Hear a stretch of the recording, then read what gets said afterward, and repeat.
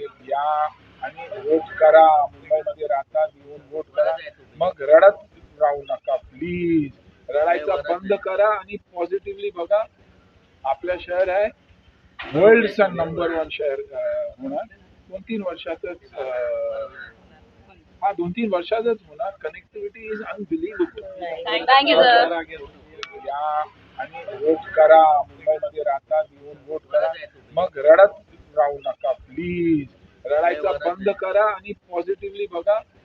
आपलं शहर आहे वर्ल्डचा नंबर 1 शहर होणार 2-3 वर्षातच.